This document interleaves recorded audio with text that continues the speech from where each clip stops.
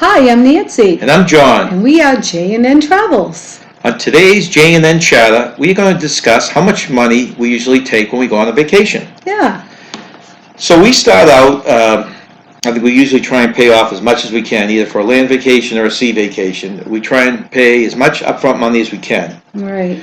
And our big go-to used to be travelers checks. Remember we used to do those? Oh, years ago, yeah, we'd have to take a ride to the bank and get traveler's checks. Oh, good old AAA. Oh, AAA, Yeah. That's right. We picked them up at AAA before. And I don't know when those went out and if people still use them, but I haven't seen those anywhere anymore. So we usually try and charge as much as we can up front, or pay for everything that we can up front. Yeah.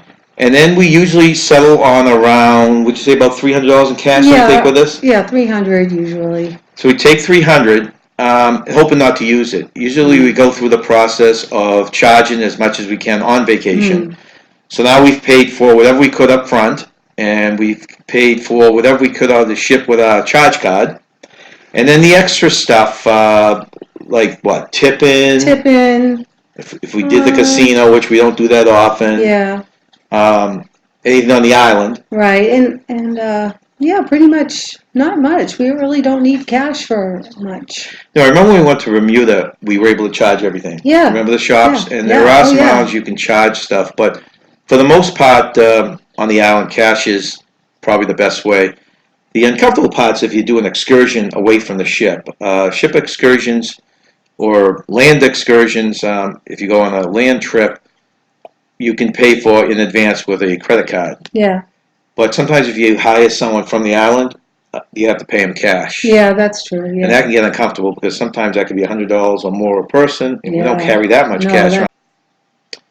So basically, the main thing we use the cash for is tipping. Yeah, tipping. And who are the people we tip? The porters, maybe the maid at the hotel, definitely the shuttle driver. That's right. Shuttle driver either driving us back and forth or even one on like someone on an excursion. Right. If he does a good job. Yeah, if he does a good job, yeah, that would be good to tip the shuttle person. And if you want a lot of attention at the bar, there's always a bartender, even if the drinks are included.